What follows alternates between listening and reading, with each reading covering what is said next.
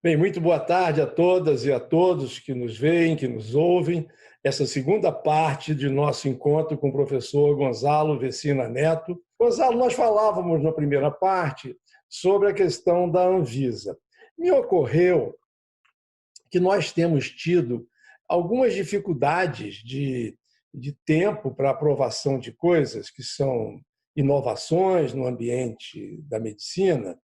E será que nós não poderíamos ter, como tem a Organização Mundial de Saúde, nós não poderíamos ter uma Organização Mundial de Vigilância Sanitária, onde determinado insumo, medicamento ou não, que tenha sido aprovado por um determinado número de países, pudesse ser automaticamente incorporado no arsenal de outros países, do ponto de vista de investigação diagnóstica, de terapêutica, facilitando, então, o acesso mais rápido pela população, pelos profissionais de saúde, às inovações que a ciência muito aceleradamente produz a cada dia. Você acha que seria viável ter uma instituição internacional validando coisas, não?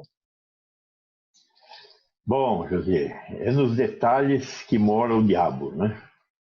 E aí, de novo, é nos detalhes. A função da vigilância sanitária é garantir segurança, eficácia e qualidade. Três características muito importantes. Nós incorporamos mais uma que não fazia muito parte da vigilância sanitária brasileira, que é acesso. O vigilante sanitário nunca se preocupou com acesso. Nós passamos a nos preocupar com acesso. Tanto é que passamos a controlar preço de medicamentos, porque tem a ver com acesso. E principalmente preço de medicamento entrante é mais importante ainda, que são os protegidos por patente. E a patente é um negócio que faz parte do nosso mundo. Não dá para viver sem respeitar patentes num mundo capitalista, moderno, de hoje, goste ou não goste. Tem gente que não gosta, tem gente que gosta. Agora, essa questão do registro, ela não é só uma questão sanitária, ela é uma questão política. Os países produzem medicamentos, e o medicamento, alimentos, toda tecnologia, toda coisa que tem um fundo tecnológico é produzido pelos países. E precisa ter registro para ser comercializado. Qual é a questão? A questão é como é que você me trata e como é que eu te trato. Se eu puder vender no teu país um produto que eu registrei aqui, eu vou deixar você vender no meu país um produto que você registrou aí. Isso se chama equivalência comercial. Se nós tivermos um acordo de equivalência, feito. Agora, se nós não tivermos um acordo de equivalência, as nossas indústrias estarão submetidas a um jogo desbalanceado.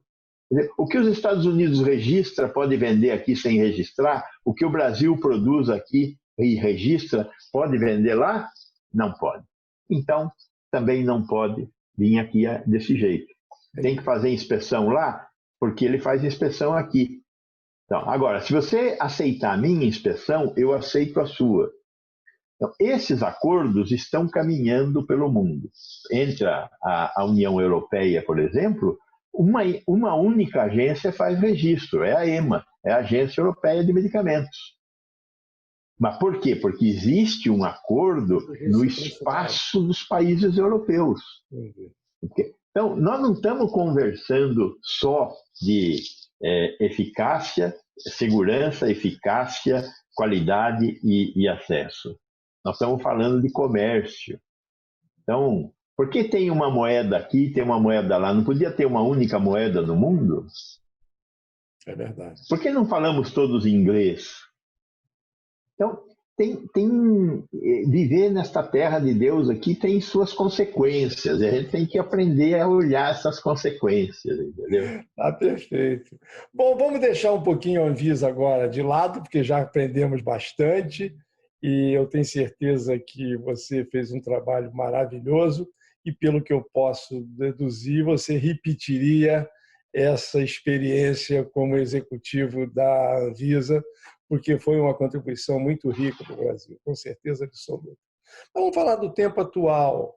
Nós estamos vivendo essa epidemia com graves consequências do ponto de vista sanitário, do ponto de vista social, do ponto de vista moral, do ponto de vista ético, do ponto de vista econômico. Eu te pergunto, aonde que nós erramos? Aonde foi o ponto de inflexão que fizemos? Ou o que aconteceu com o Brasil que nós nos desviamos da rota do bom senso e entramos num rito de nós contra eles, enfim, aquela coisa completamente sem sentido diante de uma tragédia social dessa, a politização dessa questão, é a questão de medicamento, off-label, é tanta confusão. O que aconteceu na sua percepção com o Brasil, Gonzalo? Primeiro de tudo, eu acho que temos que ter um pouco de humildade com isso tudo, né? A velocidade de espalhamento do agente infeccioso foi fantástica, né? Muitas perguntas eu recebo assim: o que nós não fizemos que você faria? Muito pouca coisa eu reconheço que daria para fazer e que nós não fizemos. Por quê? Porque o bicho andou muito depressa, a gente não sabia muita coisa, e depois a gente aprendeu, né? Por exemplo, nós só começamos a usar máscara em maio. Até ali a gente achava que não deveria usar máscara, porque a máscara dava uma falsa sensação de segurança. Então, primeira coisa, que tem muita coisa que foi feita que não tinha jeito de não fazer. Então, temos que ter a humildade de reconhecer que é uma coisa muito diferente, muito violenta, muito rápida e sobre a qual nós conhecíamos e ainda conhecemos muito pouco. Nós estamos todo dia aprendendo e vamos demorar ainda, até tem que viver mais, não tem saída. Agora, por outro lado, nós perdemos a batalha da comunicação. Nós não nos comunicamos de maneira adequada com a sociedade. A questão do isolamento social, a questão do distanciamento, a questão da higiene, né? Muitas coisas nós perdemos. Nós não conseguimos resolver muitas coisas que são problemas da desigualdade da nossa sociedade. Por que essa epidemia mata mais negros? Mata mais negros porque ela mata pobres. Por que ela mata pobres? Porque os pobres não podem ficar em casa. Quem é pobre e vive da economia informal, a economia informal está intimamente arraigada na economia formal. A economia informal vive das migalhas que caem da economia formal. Quando a economia formal para, a economia informal perde tudo. Então, as pessoas que têm que sair para a rua para fazer biscates, para ganhar um mínimo de dinheiro, têm que sair muito mais para as ruas. E quanto mais as pessoas saem nas ruas, mais elas encontram o vírus. Por isso, a mortalidade entre os negros e os pobres é 5, 6 vezes maior que entre os melhor aquinhoados. Por quê? Porque eles têm que se entregar aos encontros com o vírus e aí ocorre uma maior mortalidade. Tínhamos que ter conseguido criar colchões de proteção social mais rapidamente para essa população desprotegida, fruto da construção de uma sociedade tão desigual. Nossa sociedade é muito desigual e nós nunca conseguimos combater essa desigualdade de uma maneira mais adequada. Quando nós olhamos para o SUS, nós vemos muitos problemas no SUS. Agora, boa parte dos problemas do SUS são fruto dessa desigualdade. Nós temos hoje cerca de 32,8 leitos por 100 mil habitantes, leitos de UTI por 100 mil habitantes no setor privado, e 8,8 leitos de UTI por 100 mil habitantes no setor público. De onde vem essa diferença? A Itália, com 12 leitos por 100 mil habitantes, passou o perrengue que passou. O único país europeu que não teve problemas com leitos de UTI foi a Alemanha, que tem 35 leitos por 100 mil habitantes. Então, o que é esse 8,8 leitos por 100 mil habitantes em relação aos 32,8 leitos por 100 mil habitantes? É desigualdade social escarrada, né? E nós temos que revisitar. Não acho que a gente tenha que ter 32, nós teríamos que ter pelo menos 20 leitos por 100 mil habitantes, para ter uma estrutura que resolva os problemas da nossa carga de doenças. Então, isso sem grande pensar parte... nas eventuais epidemias, só para atender às cargas normais das nossas doenças. Veja, quando a gente fala da epidemia, o Brasil internava 20 milhões de brasileiros por ano. 20 milhões. Pouco menos do que 10% da população é internada. Agora, isso é a população geral. Se você pega a epidemia está internando quase isso. Quer dizer, é uma competição atroz entre o que a epidemia precisa para ser combatida e o que o sistema de saúde normalmente precisa. E que está ficando em casa, e que está morrendo em casa. Aumentou em 30% a mortalidade por causas cardiovasculares em casa, porque não estão indo para o hospital. Daqui a pouco nós vamos estar contando os mortos por causas oncológicas.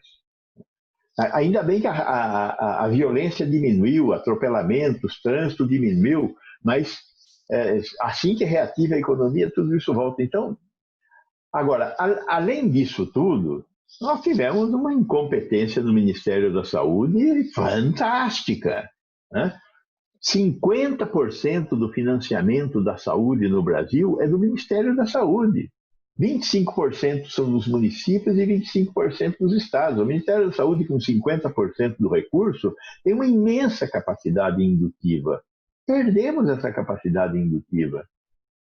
O Mandetta foi um bom ministro? Foi um ministro razoável, não foi tudo isso, não. Uma das bobagens que ele falou, o Brasil não precisa investir em vacina. Ele falou isso. Vacina é para cachorro grande. Ora, com quem tem a Fiocruz e o Butantan, tem que investir em vacina. Nós produzimos 300 milhões de doses de vacina anualmente nas duas instituições. As duas melhores vacinas do mundo hoje estão na mão dessas duas instituições.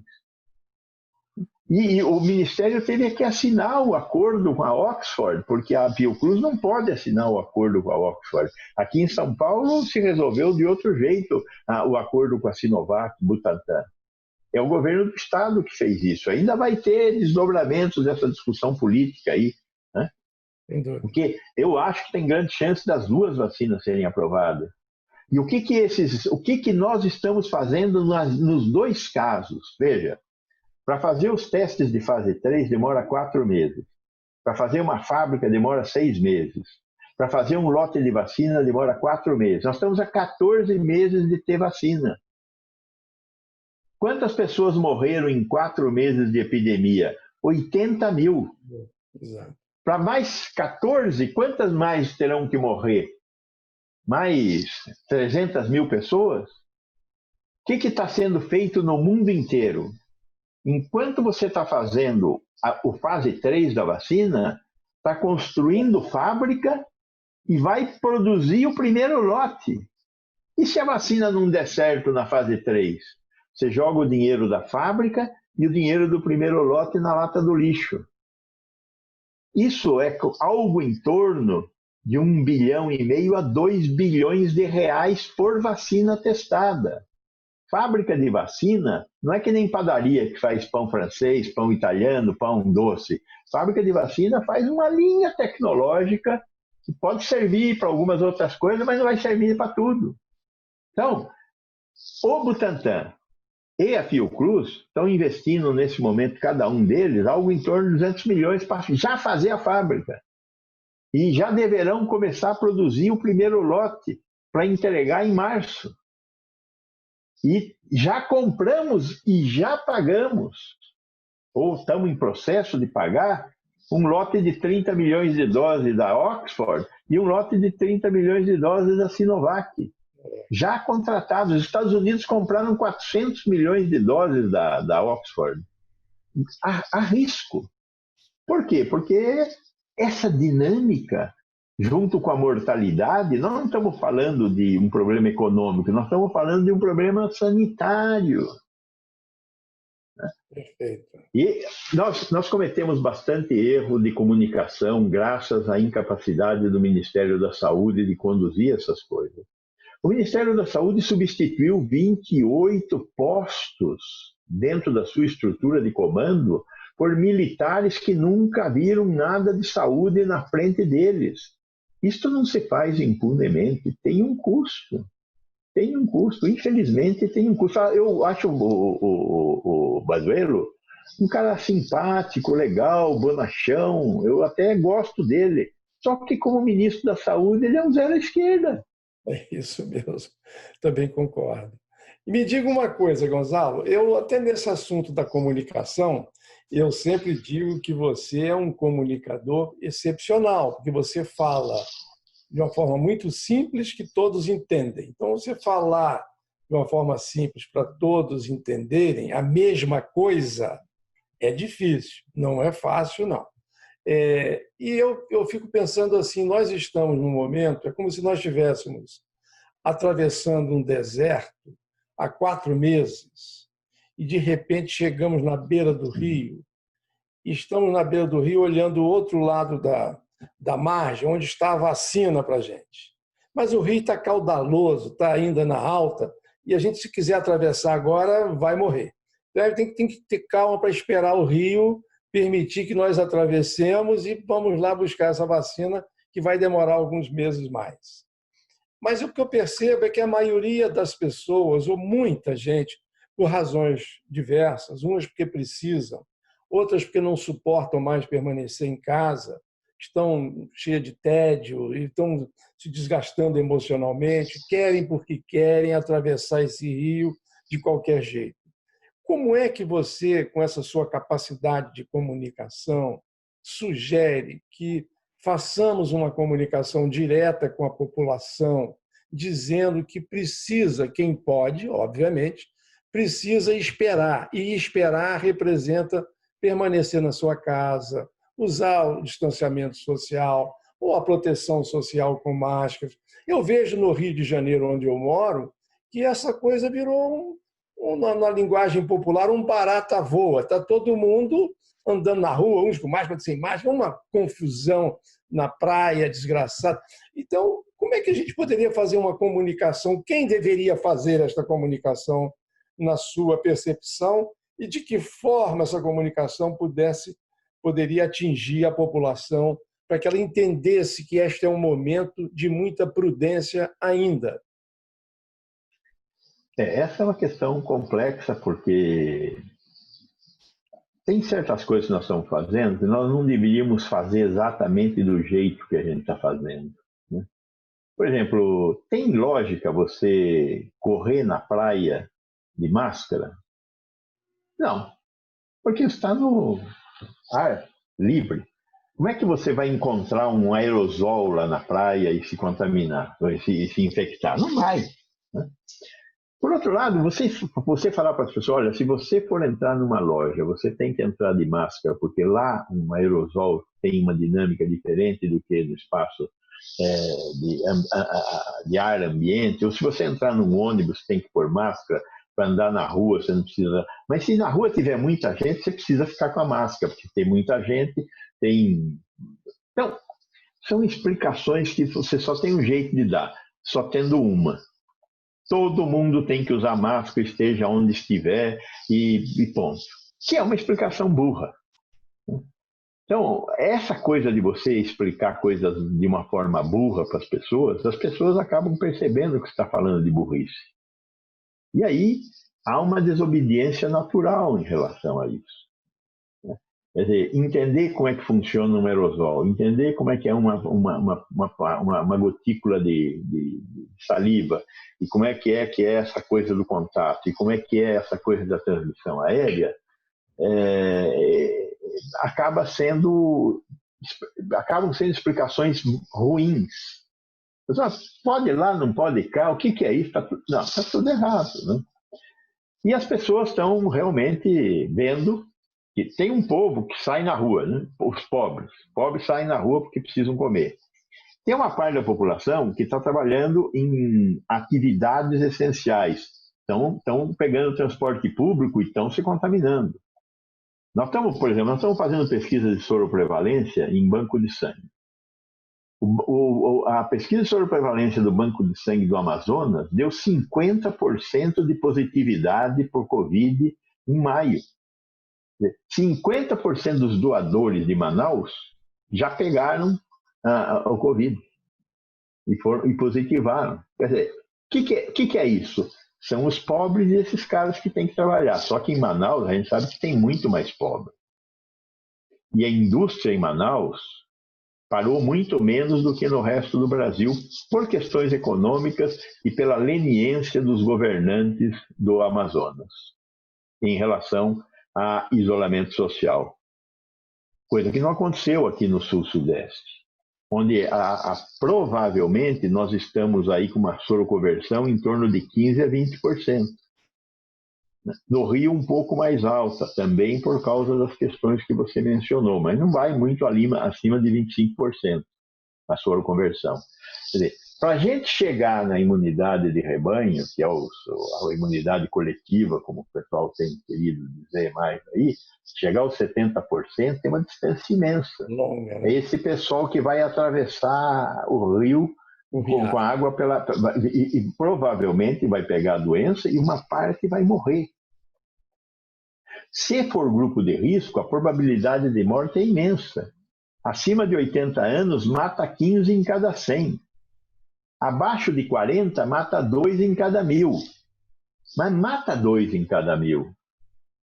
Desses 80 mil mortos, 300 foram crianças. É pouquinho. Mas eram vidas que tinham um futuro imenso pela frente. Agora nós estamos discutindo se vai retornar às aulas ou não. Eu sou contra retornar às aulas. Se nós tivéssemos a quilômetros de uma vacina, pessoal, vamos em frente. Mas nós não estamos a quilômetros, nós estamos a 2, 3 meses. Do outro lado da margem do rio. Do outro lado. E a margem está visível. Para que, neste momento, colocar 60 milhões de pessoas na rua? Porque esse é o total de alunos, professores e trabalhadores da área da saúde da escola. 60 milhões. Os pronto-socorros infantis estão vazios. Por quê? Porque as crianças não estão indo trocar material biológico na escola.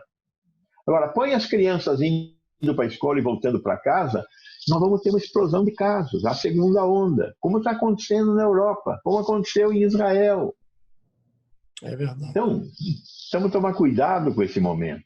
Agora, precisamos nos comunicar de maneira mais adequada. E quem quiser que vá. Esses dias participei de um webinar com uma médica portuguesa.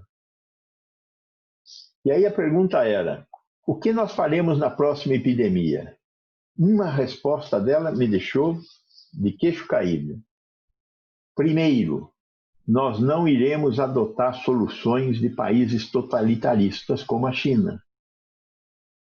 Lockdown, não. Isolamento social, não. Mas, poxa vida, que coisa interessante vindo de uma pessoa civilizada, que é uma portuguesa. Temos que pensar um pouco nisso, né? O que a Suécia fez, está certo ou está errado? É só comparar a mortalidade na Suécia com a mortalidade na Dinamarca. Na Dinamarca foi muito menor do que na Suécia. O que não implica dizer que a Suécia estava buscando chegar na imunidade coletiva. Não foi isso. Só foi mais civilizada a decisão e morreu mais gente. Perfeito. Temos que discutir essas coisas de uma forma diferente a hora que passar, porque a próxima epidemia está na esquina mesmo. Na esquina olhando a gente. Paulo Vecina, foi ótimo conversar com você. Nós vamos ter oportunidade, quando essa epidemia, quando chegarmos do outro lado da margem do rio, nós vamos voltar a ter uma nova conversa com o Dr. Gonçalo Vecina para discutir outras coisas e o futuro e o presente lá adiante, o amanhã, principalmente, da saúde brasileira. Muito obrigado e muito obrigado por tudo que você tem contribuído pela saúde do Brasil. Você realmente é uma fonte de inspiração para todos nós. Esteja bem, com saúde e paz. E muito obrigado por tudo. E até um próximo encontro, se Deus quiser, Gonzalo. Muito obrigado, José. Sucesso. Obrigado.